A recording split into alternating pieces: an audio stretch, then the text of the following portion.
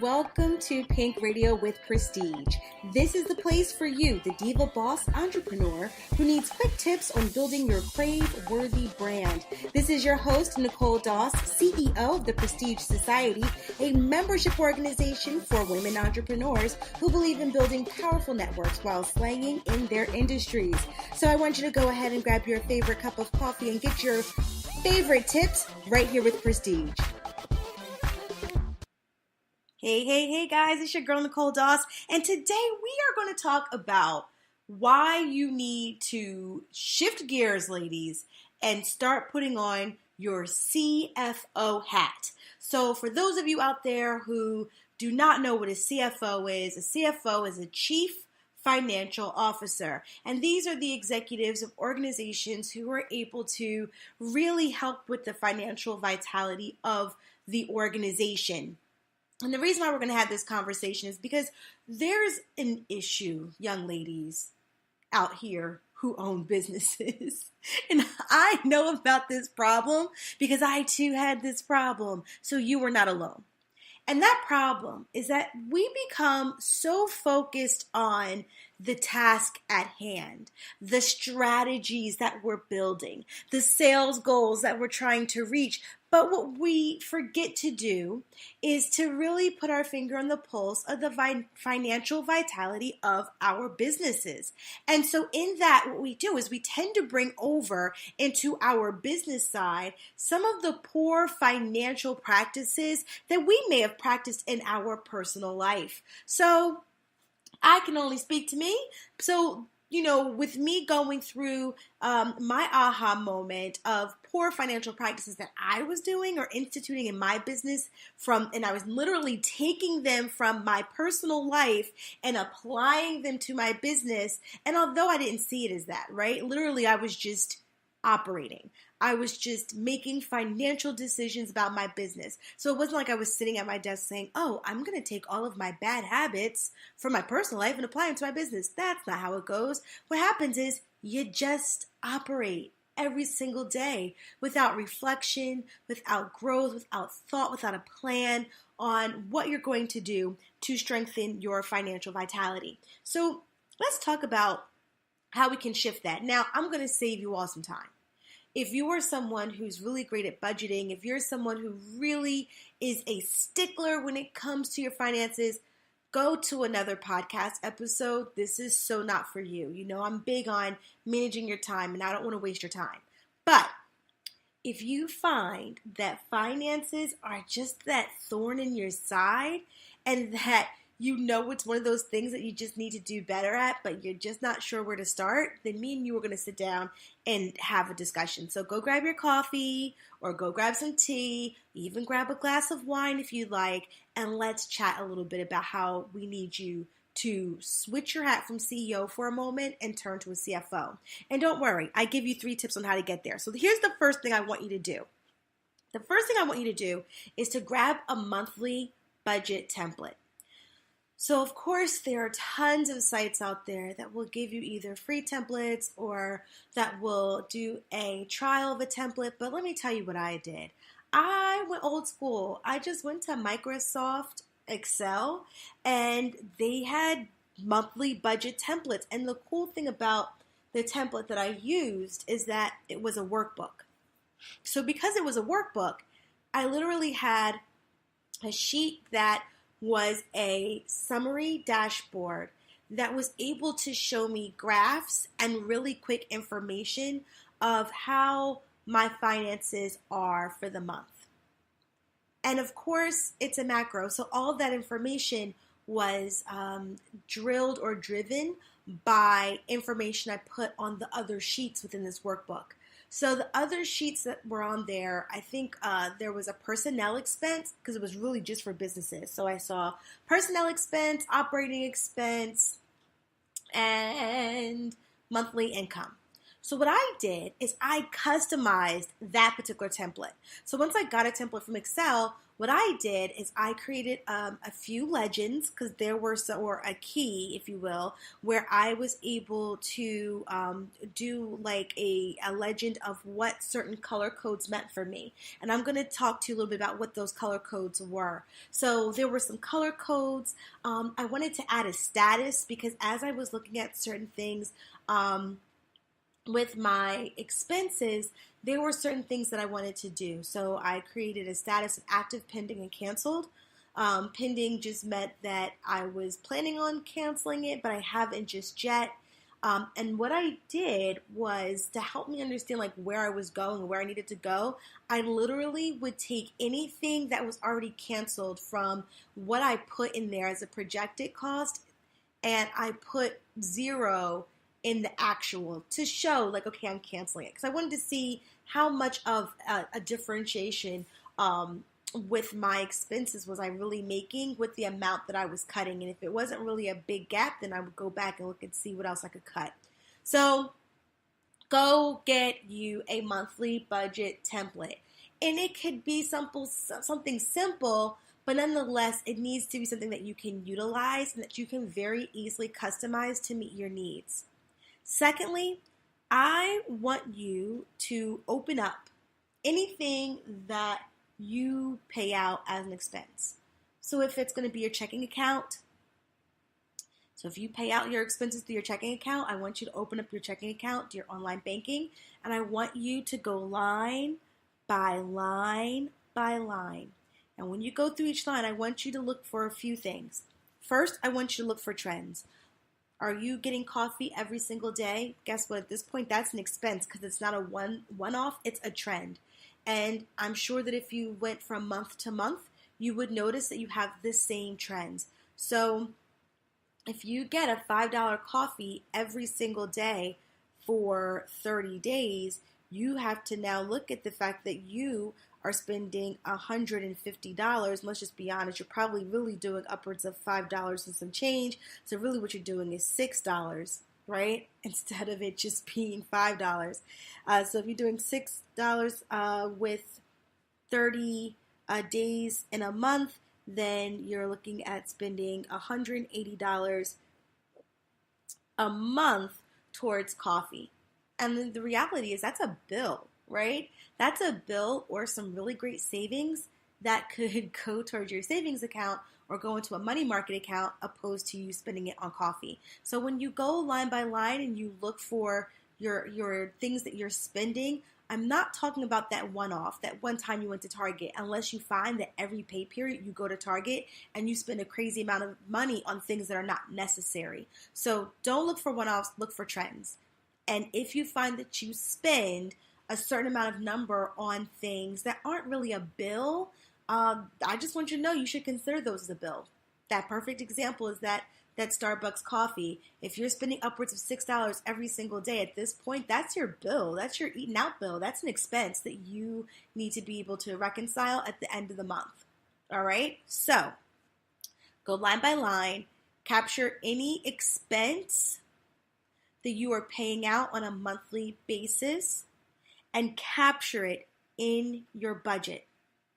If there's a credit card thing that you're paying bills out to, whatever it is that you're paying expenses out to, maybe you don't go into the credit card and actually go line by line. Maybe you go ahead and look at what that monthly bill is for that credit card. But you definitely want to go on things that you are paying out of, like your checking account, and seeing how much are you spending for expenses. So for me, it was two things. It was my business debit that I was paying out, because it's not a credit card, it's a debit card. So meaning that, there's no money that I pay and then get back. It's the money that's out, it's out. And the only way that I get money to go back into that account is due to income.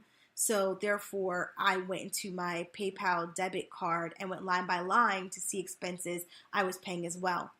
Now, the cool thing about my budget template that I got from Microsoft is that even though it was created for a business, the way that it had it listed, it had an income tab, it had a personnel, which I renamed personal, which were all my personal expenses, And then it had operating expenses, which I made sure that I listed all of my business expenses there. So that way I can see what my debt to income ratio was. Make sense so far? All right. So right now it's taking you through those 2 things out of 3 things that you're going to do. So you're going to get your monthly budget template. And then once you get that, you're going to go line by line. And you're going to list out all of your expenses. All right. And then number 3 is going to be take some time to fit into your calendar on a regular basis to spend some time with your expenses. So for me, when I started listing this stuff out, there were a few things that I've noticed. Number 1, I noticed that I never really knew when things were coming out automatically. They just came out. And I'm such a free spirit. It was like, if I had it, I had it. If I didn't, I didn't. Whatever. Until there was money coming out when there was no money in there. And that was causing some serious issues for me financially. So issue number 1 would be it could cause your account to go in the negative. Issue number 2 would be that you find that you try to then replenish your account with things that are saved for other purposes, like your savings account, or maybe your emergency fund, or maybe your fund that you have for your money markets, and you can only go into that I think 6 times a year. So when you start dipping and dabbing in other things because you're not being financially responsible with your actual checking account, you really want to make sure that you're mindful. So for me, it was really minimizing the amount of automatic ACH pulls that were coming from my account, and then also capturing the dates of when things were coming out. And the reason why that was important for me is because for number 3, it's all about fitting the time in your calendar to really sit down with your budget. So for me, it was really important for me to capture these dates so that when I sat down with my budget every Friday, I could really begin to understand what my next week looks like when things were going to either come out of my account or that I needed to send payments off for something. So that way, things don't pile up, or things don't become a forgotten bill, or things do not fall by the wayside and then just get pulled out of my account, which then would blindside me. So definitely making sure that I had the dates listed so that when I sat down with my budget, it really did help in allowed me to gain some control over what was going on with my finances. So that's kind of the 3 things that I would definitely suggest that you start doing if you have not begun this already. But here are some best practices that I really want you to take into consideration as well when you are dealing with your actual business. So the first thing here that I really want you to take into consideration is what you are allowing to pay for your business expenses. I know that there's so many people out there who say that we should really allow the 9-to-5 to be the investor for the business. But here's the deal with that.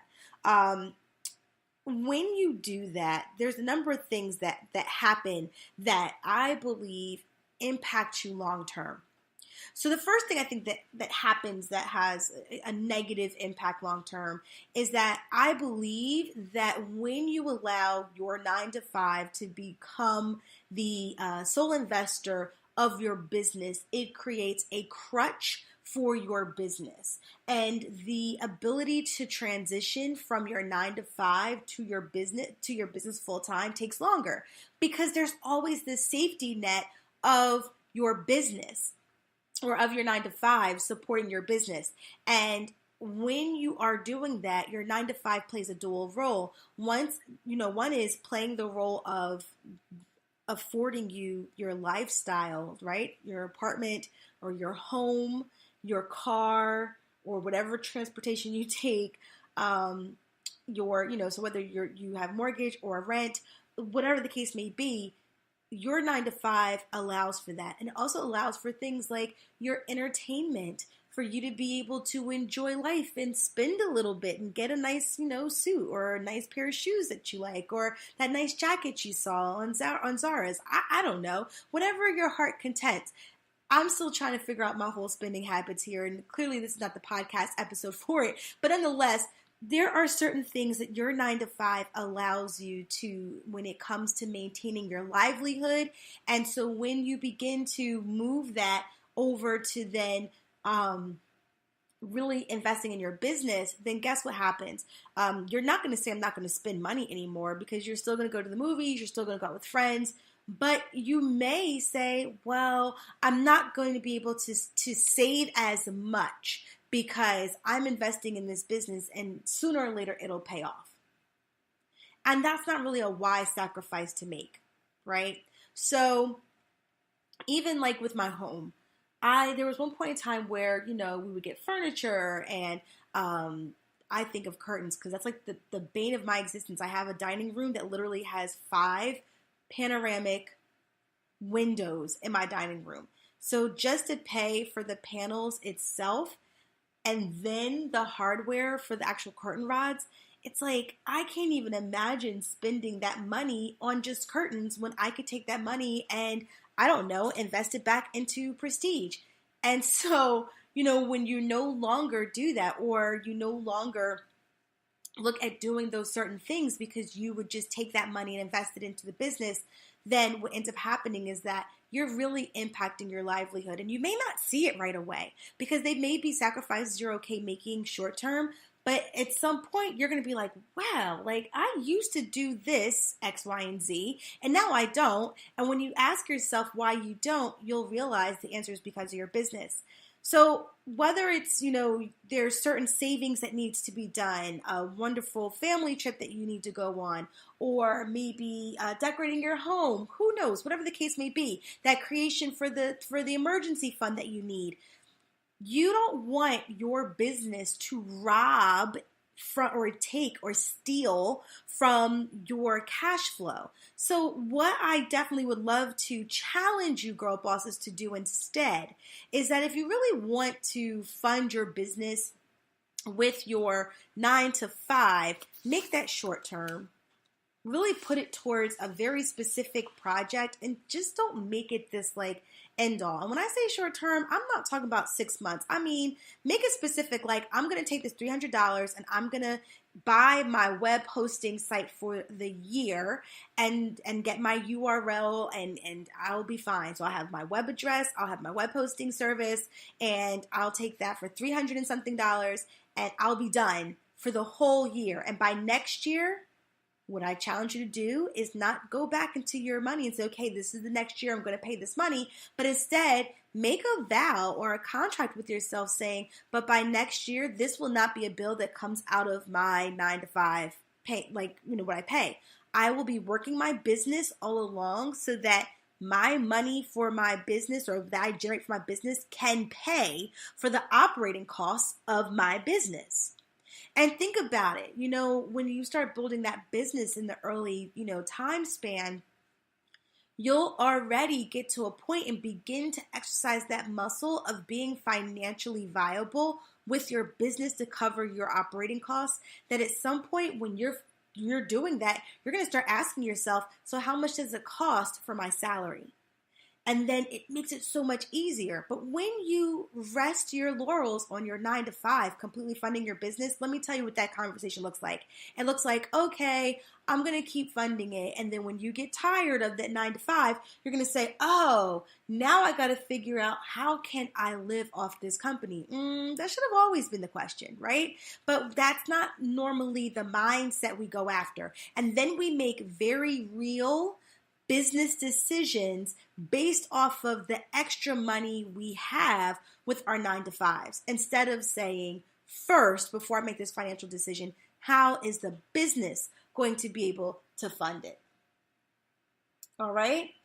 Okay. So that's one thing that I want you guys to really do. After you've done those 3 tips of getting your monthly budget template, going line by line through your accounts, whenever you use to pay your expenses, I want you to go line by line. And when you go line by line, you're going to check for how much your expenses are for your debt to income ratio. Because what you're going to look to see, well, if I bring in this income a month, how much is going out the door in expenses?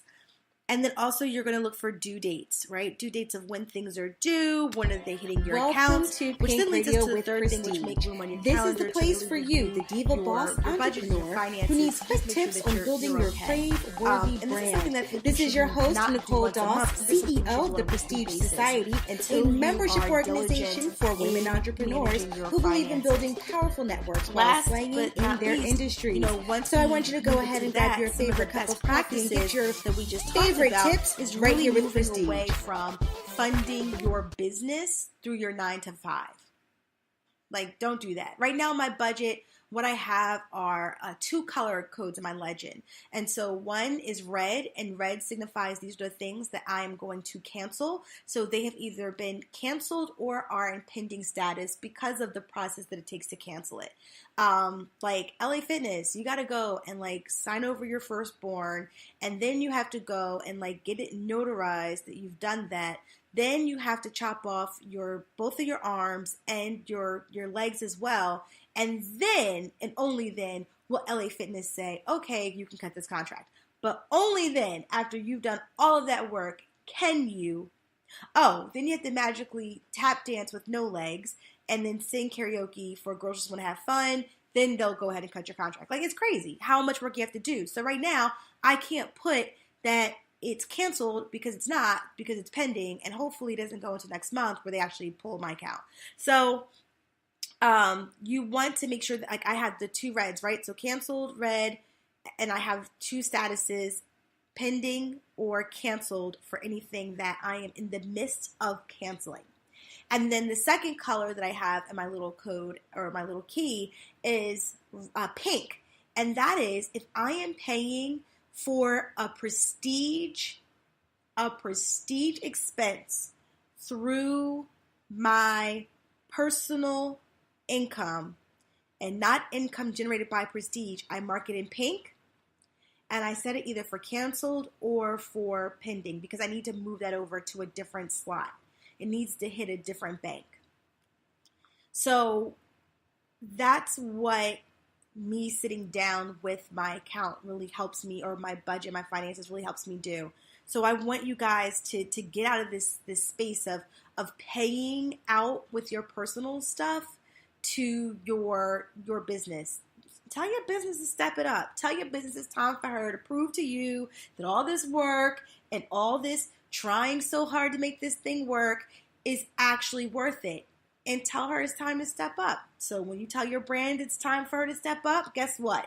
You will begin to look at how you operate differently. You will ask yourself, do I really need this thing for my business, or am I just doing it to do it? You'll start looking at BI completely different, which is business intelligence. How do you drive decisions to make the right type of actions, or take the right actions when it comes to your business? So these are things that I really think that as we begin to shift our hats from CEO to CFO, we can begin to position our businesses to be more financially viable than what it has before. And let me tell you something, to be honest with you, there is nothing fun about knowing that you suck handling money. There's nothing great about this feeling. It's something great looking at, because let me tell you, there's nothing great looking at it and then asking yourself, well, where's the extra money that's going to help me deal with all this stuff? There's nothing fun about that. But the awesome thing about making yourself aware is that the minute you decide to make yourself fully aware of your current situation, that is the minute you have the ability to influence what happens next. It helps you make the right sales goals that will allow you to be able to have the right operating income to cover your operating expenses. So you, right now, if you have no clue, if there's no budget, if there's nothing that you reconcile at the end of every month when you close your books, guess what happens? You literally are operating blind. And if you worked for your 9 to 5 as a CFO, and you did not hold any of the financial departments responsible for really either knowing the current state of their finances or being able to be effective in managing the financial state of the company, you'd be fired. You would be fired. So if you know that you would not be considered effective if you had to do it for you the 9 to 5, why set your business up that's anchored in your purpose that you have been designed to run and to create and to help bless others' lives with this business, why would you expect anything less or subpar for that business? You wouldn't do it for the 9 to 5. The 9 to 5, I hate to tell you, like they at the very top, they could care less if you coming or going. You are human capital to them.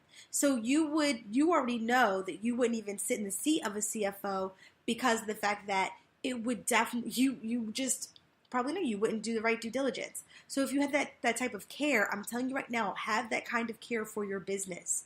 It will help you, because one of the things I think was an aha for me is that I started to experience a stagnant period in my business. And I was like, man, I feel like I'm doing everything I'm supposed to be doing. Why do I feel this stagnant space? But I realized that I was feeling this stagnant space because of the fact that I wasn't being a responsible steward of my current harvest, but yet I was asking for increase. So how can you ask for increase when you are careless or negligent in the way that you manage or take care of the harvest that you currently have right now? So be a responsible steward, put on that CFO hat, and really start to get into this space where you focus on the financial viability or vitality of your company. Remember, girl bosses, we just do the work and expect the money to just flow without any regard of how it's all going to pan out. That is flying blind, and that is no longer acceptable, especially when you think about the next level you are preparing for. All right, guys, I hope this helped you. If you, by any chance, want to see the actual template that I used, feel free to email me, and I'll be more than happy to share with you the Microsoft Excel template that I used. All right, guys, have a wonderful day. Be blessed. Bye.